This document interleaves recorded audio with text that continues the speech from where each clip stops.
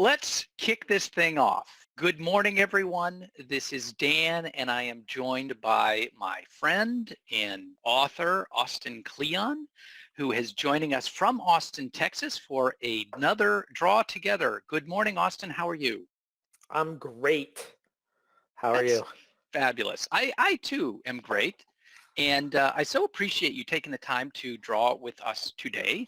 And just by way of a quick little introduction, for those of you who might not know, I'm Dan Rome. I write a bunch of books about visual communication, and you're looking at the Napkin Academy online. We do a session we call Draw Together, where we invite an esteemed guest, someone like Austin Kleon, for example, to, as the title would indicate, draw with us. And we've done this before. So here's Austin and me a couple of years ago. And guess what, folks? We are today drawing again. So this is going to be really an opportunity for us to listen and draw with Austin. And Austin, this is something we did last time we talked. Are you seeing the little map? I'm seeing it. Yep. I I know. see it. Austin, would you please tell us, where are you today? Show us on your map. I am in sunny and surprisingly cold Austin, Texas right now. I grew up in Ohio, moved to Texas with my wife in 2007. We briefly went back to Ohio for 8 months last year. Now we're back here in Austin for good, probably. So you were here when you and I first met, and then you went back here, and now happily Austin is back in Austin. And Austin, do me a favor. I just want to make sure our drawing tools are working. Can you draw something on the map? I want to make sure it's all cool. Yes, sir. We'll make Texas blue. There we go. Let's make Texas blue.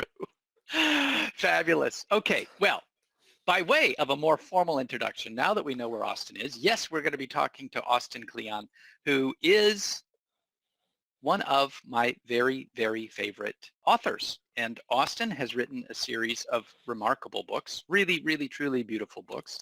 I will share my thoughts about them later, but for right now, let's listen to what Austin has to say. Austin, as you look at this image of the three of your books, would you mind just kind of giving us a quick walkthrough starting here? And what have you been thinking about, and what's the sequence of the three? I think they're pretty, sometimes people ask me which one they should read first, and I think they work well, 1, 2, 3. Still Like an Artist was a book I wrote in 2011. It came out in 2012, and it was a book of sort of a life guide I wish I had had when I first started out with my work. And the big idea for Still Like an Artist is that you're sort of a mashup of what you let into your life.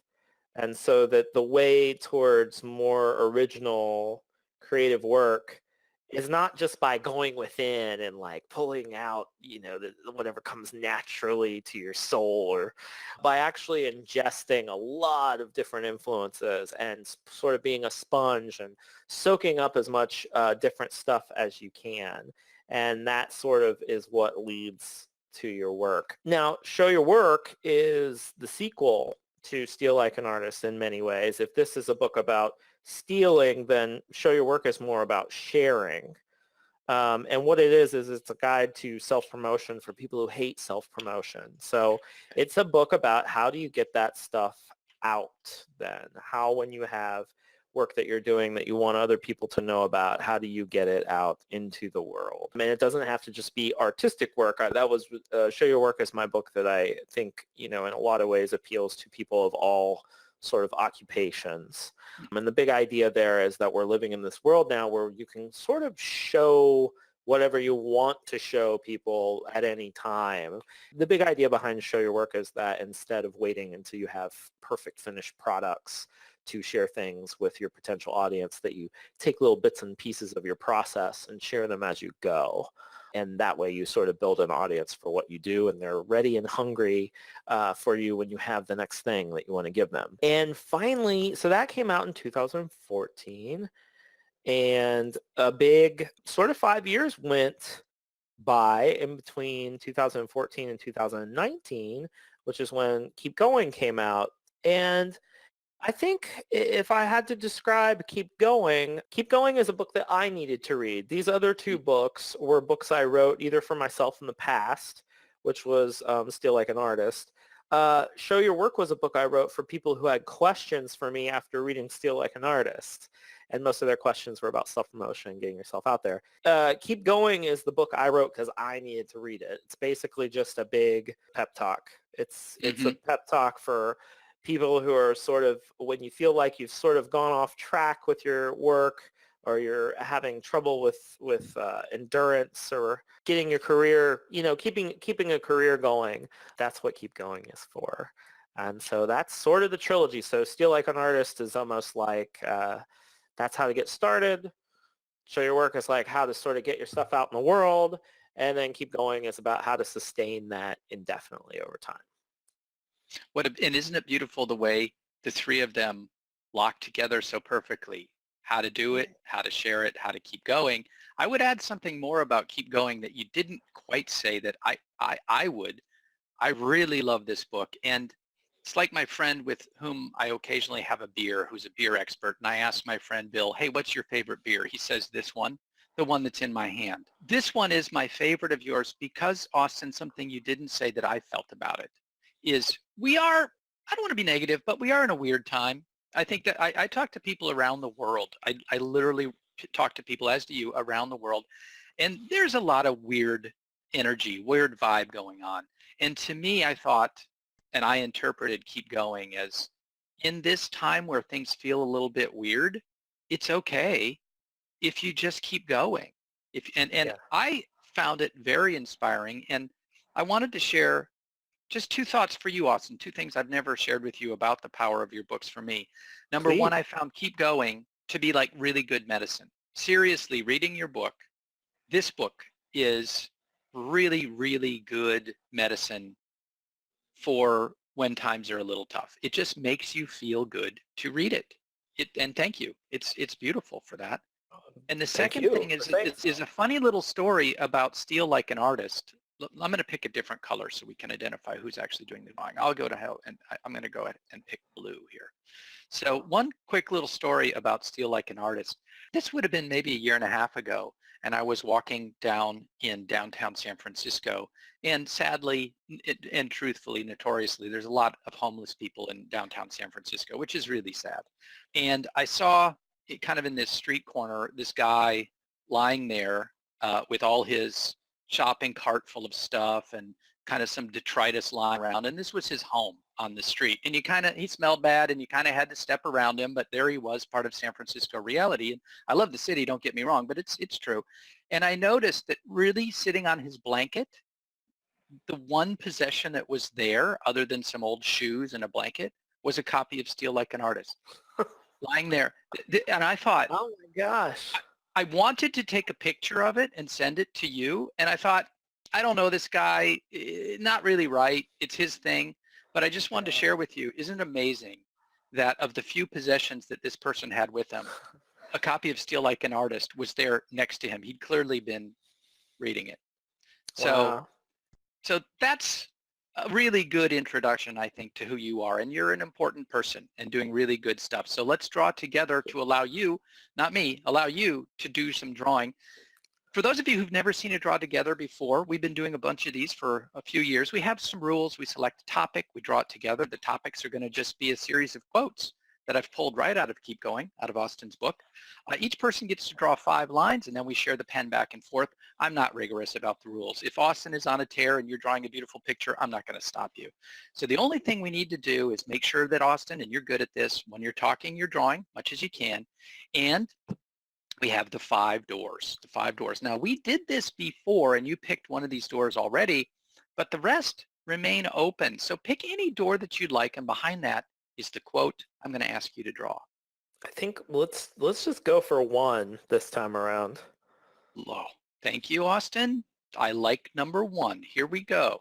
Would you like to read us your quote? It's from your own book, and then take it away and draw us a picture of what does this mean?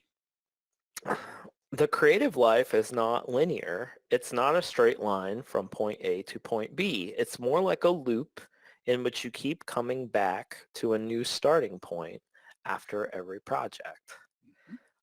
It's kind of easy to draw that because it's already a visual metaphor, right? It's like, it's already that's, you think your career is going to be like this, right? Like, we're just going to go up, like, we're just going to, it's just going to kind of or maybe that's a little too modest. We think it's going to be more like this. It's just you're going to We hope. start, just boom, just take off like a rocket. And I actually think it's a little bit more like, I think it looks more like a spiral. I think it looks more kind of like this, in which each, I think it almost looks kind of more like this. And I think about the creative process. This is something my friend Maureen McHugh, she talked about. She drew this diagram one time, and I'm going to do a modified version of it. But it's like you start at the very top here, and it's like that light bulb goes off. You have that light bulb moment, right? This is the best Mhm. idea ever. And then you immediately, you start working on it. And it's like, okay, this is going to be harder than I thought. and then you and then you sort of like you keep working, and you're like, this sucks and it's boring. And then finally you get to this, it's like the Joseph Campbell. It's It's kind of the like hero's journey. the hero's journey descending into the underworld. This is the dark night of the soul. I usually draw Batman here for the pun. The Dark Knight of the Soul. Just kind of a bad pun. I like bad puns. And might we also add in here be dragons? Isn't that part of it Yes, too? Yeah. right. Here be dragons. This is the most, this is the hardest part in the whole process, because you're sort of like, oh, this is like that part in Top Gun where, Goose ass, Goose ass Maverick, if he still has that ad for truck driving school, it's like, is it too late to, so, but you have to get past this point, because if you can get past this point, you can say, okay, I sort of think I know what I'm doing now. And you pull through a little bit more, and you get to this point, which is really important. You say, it will be good to finish this because I'll learn something for next time. Mm. And I think, and then you sort of end up at a point that's a little bit in between your great idea and the lowest point. I think you kind of often end up somewhere in the middle. But if you can kind of like think of this as just a never-ending process where at the end of your last project, then you have to sort of make this leap to that new idea again and kind of start it all over again. And I think it's just this kind of never-ending cycle. And I think that if you can get comfortable with the idea that it's not just going to be a straight line where everything's great and gets better all the time, if you can get used to that idea that you will sort of repeat this never-ending process in your creative career, it will make it that much easier for you. Well, Austin, beautiful. And I have to say, for the first time ever on a Draw Together, we've had a quote from Top Gun, which is just makes this whole thing worthwhile right there. And I don't share this publicly, but here we go. I'm very excited that Top Gun 2 is coming out next year. I'll be there. Yeah. I'll be there. Yeah. But that said, given the loop, so tell us a little bit about why is this an important point for you that your creative life isn't linear? And as it relates back to keeping going, this is true. Why does this matter? What can we take from your experience in knowing about this that might help us keep going? Well, I had this mistaken notion that from my profession in particular, our profession, writing books, I had this mistaken notion that it'd get easier over time. Mm. I thought You fool. I thought if you kept doing it, it would You be like cackle, anything evil else. cackle. In which, you do something, you slowly get better at it. And the problem is with books is that every one is a different. So David Rakoff said that writing was always like trying to make a meal out of rotten food. And that it always starts off as crap.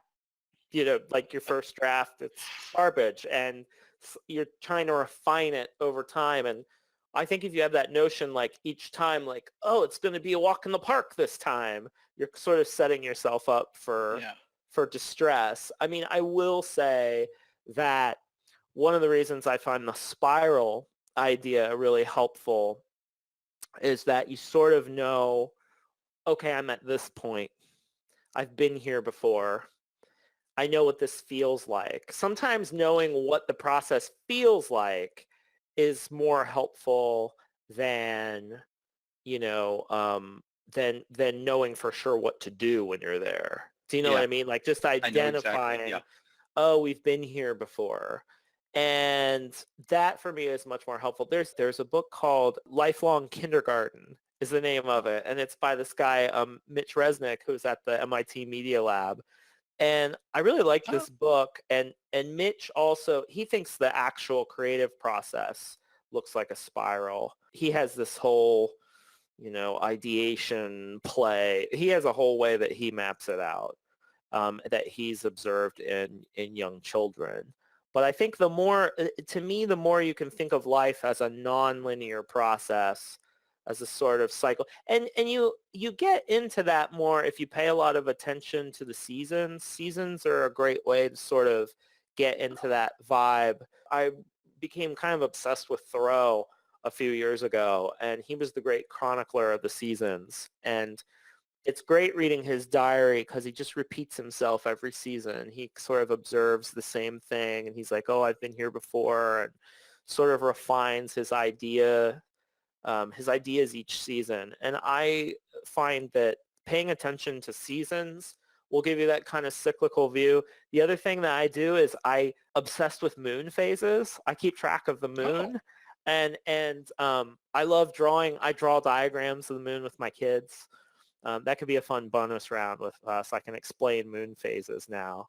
But but that idea of that endless repetitive, and you could read a lot of the great religions to talk about the sort of endless cycle of death and rebirth and stuff like that. I just think the more that you break out of that sort of like, I'm going to be on a straight path and it's just going to, we're just going to take off and it's going to be smooth forever. You've got me thinking of aviation, Dan.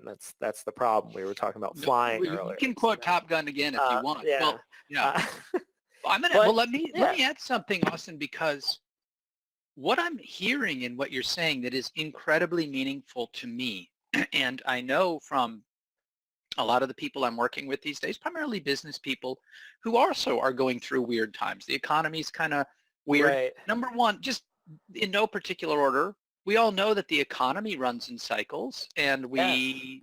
this too shall pass kind of mantra. Yeah. When it's good, you think it's always going to be good, and when it's bad, you can't remember it ever being good. And it is seasonal as well in a slightly different way. And the other thing that's becoming very important, I'm curious your thought about this, I'm triggered by recognizing that this creative life, this keeping going life is in fact a series of seasons and loops, is that reminds us, this is me, to be present. Because the only place you are is now, and I don't mean to sound all wacky San Francisco metaphysical, but the reality is the only thing you can really impact is what you're doing right now.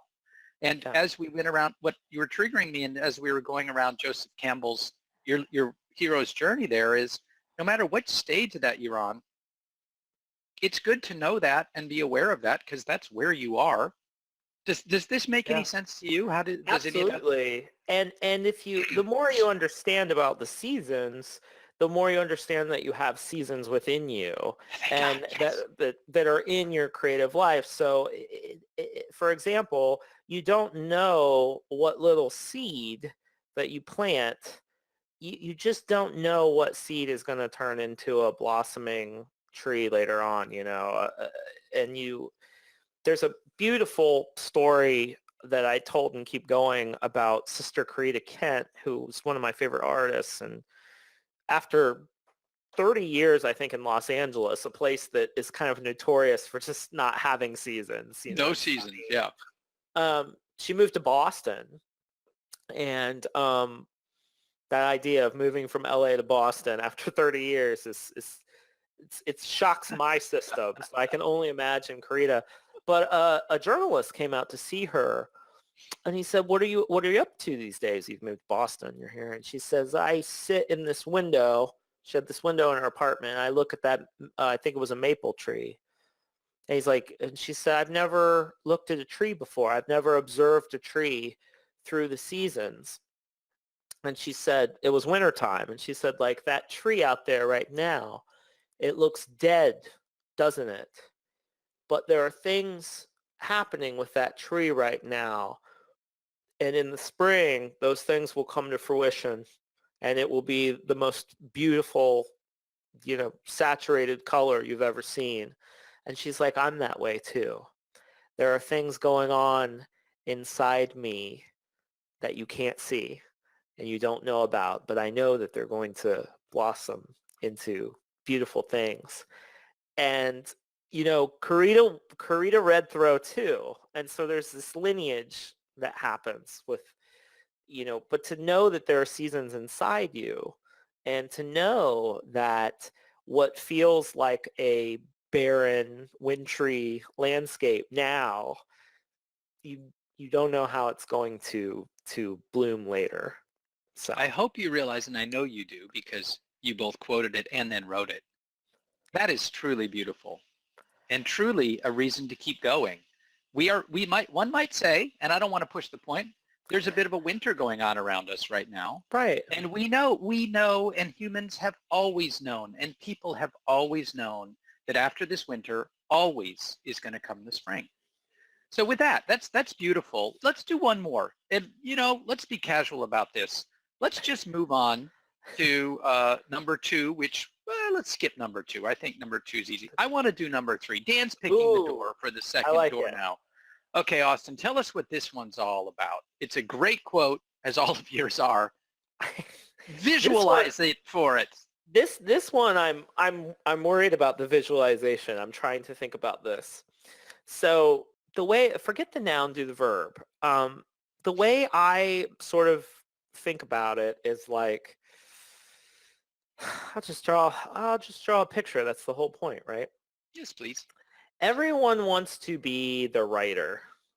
Everybody wants to be that person on stage with I feel like, when people say I really want to be a writer, they think of that person that they saw at the reading up there in front of the adulation of the fans, and they're up there on stage and they're important.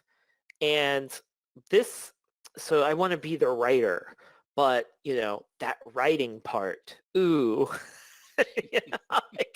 there's so much that we don't see in this picture, right? There was so much that led up to it, and it looked like this. It looked like someone writing and writing and writing, and just that loop, right? That just day after day loop of writing and writing and writing. And there are a lot of people that would love to be this person, that person on stage, the person of adulation and whatever. But so many of us, it's hard to think about being this person that shows up every day and does the actual verb of writing. So there's the writer that we see and that we have ideas about, and then there's the writing. And I think that whether you get to be on stage and be that writer, that is something that's really out of your control. To be David Sedaris on stage, even David Sedaris didn't know that that was going to happen.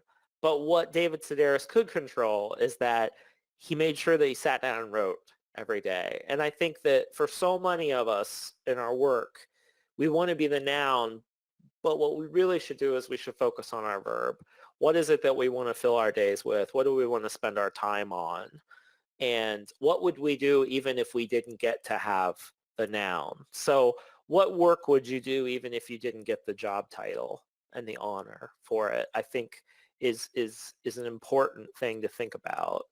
And for me personally, we're writers who have lots of pictures in our books. And if I had worried too much about being a great novelist or something, if I had been too precise with my noun, I don't think I would have made it to the kind of books that I'm doing now, which were more the result of me saying, well, I don't know for sure what I want to write, but I know that I love pictures and I love words and I want to play with them and I want them to kind of interact together. Forget the noun, do the verb.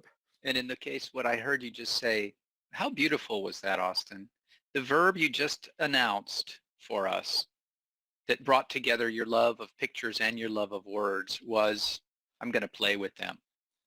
I find Yes. this very important. I'm going to play with Yes. them. Yeah. And out of that, and I want to add one additional visual just to amplify what you're talking about, because as we were describing the verb meaning, I'm the sage on the stage, being able to read my lovely words for a happy audience versus the amount of work it took to get there, the person who immediately jumped to my mind, you talked David Sedaris, this is going to show how much more erudite you are than I am. I'm thinking Stephen King. Oh, yes. So, Absolutely. and here's what I want to do. I want to make a tiny little quantitative chart because this is part of the illusion. I'm just going to layer on what you heard. In my mind, what I got out of Keep Going is not only be present, not only live in the loop and know that you're there, but be also highly realistic. Be realistic, live in reality, because good things will come from that. And the reality is we might see Stephen King on a television show, on a PBS program or something like that, and he's so smart, and he's talking about the books that he's written. And it's this big. This is how much of his life was that PBS show that we saw. But how big was his life of writing the 300 books that he's written to be able Yes. to do that for half an hour is like this.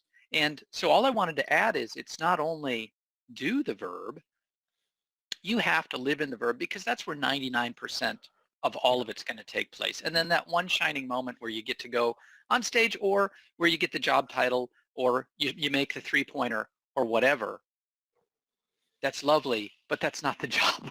It's like is the that cherry on top, right? I it mean, is absolutely, yeah. I totally, and I think Stephen King, Stephen King's book on writing, I think is a really wonderful.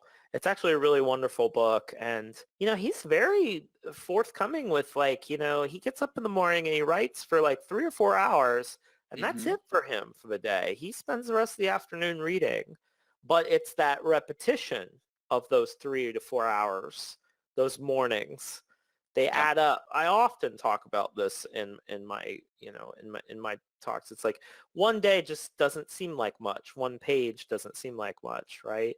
But you do it for 30 days. I'm gonna approximate here, obviously, and all of a sudden it's like starting to build up, right? And then you do it Hmm. for 365 days, and you've got enough for a novel, Isn't that and remarkable? so it's just that idea again, and I do think that Keep Going was the book that I was trying to play with time. Time was like a thing I was thinking a lot about when I was writing that book because it's both that tension between being in the moment, doing what you can with the day, but then also thinking about how this day and the next day after it and so on are going to build up into something new. So to be present in that moment, but to also have the sort of perspective of wider time that Yeah. these days can actually sort of build into something, which is why the first chapter is about days and the last chapter is about seasons. Oh, see, I didn't pick up on that. That's the Easter egg you put in for yourself, isn't it? Yes. That's the secret sauce. Yeah, Thank you I for always sharing that try with to, us. I that is something that I would recommend to people who do any kind of project is hold on to some sentence or some little magic message that you don't tell anyone else when you're doing it. Because if you Let's can write kind of that one down. like Let's a draw like, that. That's so. yeah, Hold I, on. and Hold I know that thought. exactly. It's Hold that thought. I saw a diagram that I think will explain it. It's like I've think moved out to the about blank space. Do you see the blank space where we are, just beneath Bliss Station from yes. when we talked before? So Okay, all it's yours. Go. so reverse engineer your fortune cookie. I saw like so write just some secret. It could be an image too, but I find that sometimes having some secret sentence written somewhere and then to sort of stow it away. I don't know how to draw a fortune cookie. This is how do you draw a fortune cookie? You take the secret sentence and you put it into the fortune cookie you know, and You you like, slide it in the little it's hole. like slide it in the, there was a diagram I saw online where someone was like, you can make your own fortune cookies. You take a fortune cookie and you like use tweezers to pull out the original one, and then you And can put stick in your your own. own in there. But, just to like, you could, I mean, the easier way to say this is to, put it, put it in a box, shut the box until, you're done with the thing. But to hold on to some sort of secret sentence that can be your sort of North Star that guides you through the project. So I don't know that I had a secret sentence for keep going, but I had one for show your work. And nobody else thinks, nobody else cares. But for me, it was, what if Brian Eno wrote a content strategy book? Which, I would never tell anyone where I was writing it, but I was thinking to myself, what if an artist wrote a content strategy book? And that was my kind of secret sentence that kept it alive. Now, that's not as profound as days turn into seasons, but I do think it's fun when you're working on a project, because so much of the project, it gets exposed to the air, and there's so much that you have to be tough about. It's nice to have something secret that you hold, for yourself. And Well, we're going yes, to have to end it here, but you have just lit up this last 30 minutes of drawing together. Secret, I love this so much, Austin, because I do this as well, and I haven't been as explicit about it as you have. But yes, in every book, in every project, there's a secret little piece of yourself, of myself, that I have put in there, and nobody else is ever going to know, and that's the whole point. And I can look at yes, it later and say, I know there's something in there that exactly. kept me going, and it's fun. Okay, we're going to need to sign off. Austin, again, marvelous. Wow, this is fun and secret. Give us just one more thought, sort of bring it home for us, and then we'll wrap up the recording. Don't even need to draw. Just tell us what's on your mind. Oh my goodness. Get out and walk. Take walks. Dan, I know you run, Mm, but get out in the world and walk, even if it's winter where you are. I've done it. It's possible. But just get out in the air every day. See your everyday world with your own eyes, your own five senses. Take in your surroundings and draw your own conclusions when you're on the walk, because life is beautiful when you're out on a walk. It's much more beautiful than when you're in front of a screen. and do this right here. And keep going. Austin, thank you. See you Thank next you, time. Dan. All right, my friend, thank Anytime. you. All right. Bye-bye. Bye.